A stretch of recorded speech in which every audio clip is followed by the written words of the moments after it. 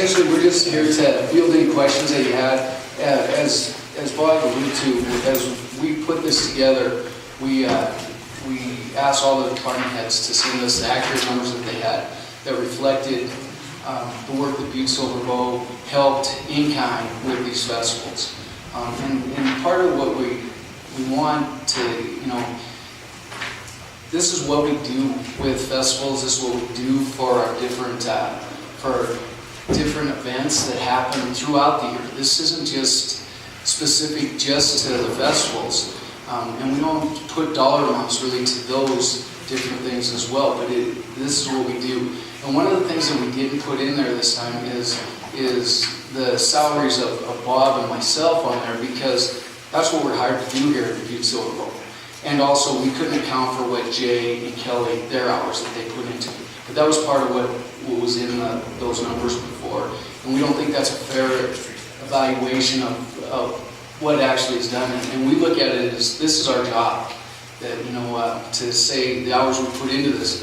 We put hours into recreational things all the time. And, we don't put a bill out on those. Do any of the commissioners have a question? Commissioner Henderson?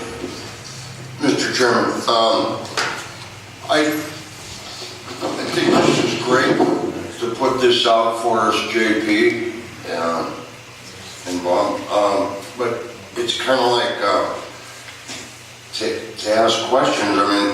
Kind of got to study it a little bit.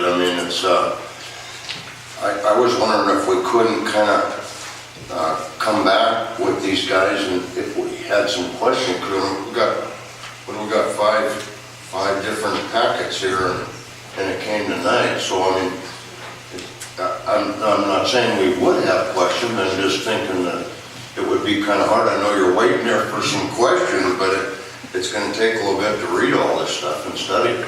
Yeah, most of what we have there, the one page is the one that has the festival costs. That's the one that really reflects any of the things that you would like to see on here.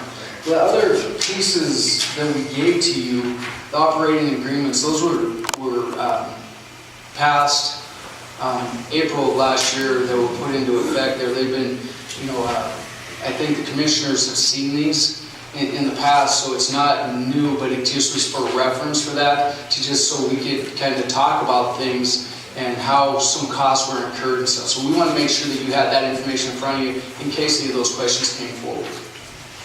I guess I would just go through and mention that this is a presentation, so we're not asked to take any action tonight. So if any of the commissioners have any questions regarding the information that was passed out tonight, they could always touch base with Mr. Gallagher, or they could submit their own communication and have them come back to this body. So there are options out there if you do have questions as a follow-up. So. Anybody else have any questions? Commissioner Perdue-Dolan? Thank you, Mr. Chairman. JP, thank you for all of this information. I have a question with regard to the $70,000 under Evel Knievel Days under Public Works and Road. It says services, supplies, barricades, hauling, miscellaneous. So that number does not, and I think you alluded to it at the beginning, it does not include the employees and their salaries. That would be a different number, and we'd have to get that and call that from Public Works. Is that correct? Commissioner Perdue-Dolan, that is incorrect. Okay. That reflects all of the salaries, the equipment, everything is included in that. Anybody else have any questions? Thank you. Commissioner Fisher? Thank you, Chairman Marty. Thank you, JP. Thanks, Bob. What do you attribute? That's the only number on that page that sticks out so far above the rest. The next highest one is like $8,000 to $70,000 for Evel Knievel Days. That's just something that sticks out, and I just kind of wonder why. JP. Commissioner Fisher, that is a large number, and that's attributed to the hauling and bringing in of dirt and then the removal of the dirt. That is what caused the largest portion of that.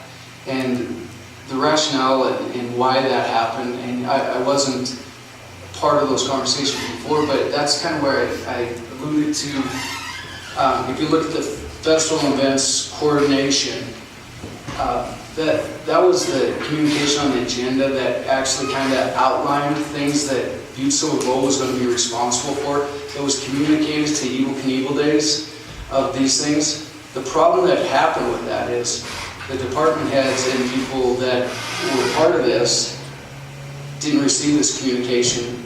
And so if you look through it, there's a lot of things in here that would lead any of these festivals to believe that Butte Silver Bowl is going to be responsible for a lot. But now once we got to the dirt, more so what happened with that is Evel Knievel Days has communicated with us that their contracts fell through under that situation, right kind of at the 11th hour prior to having that event go.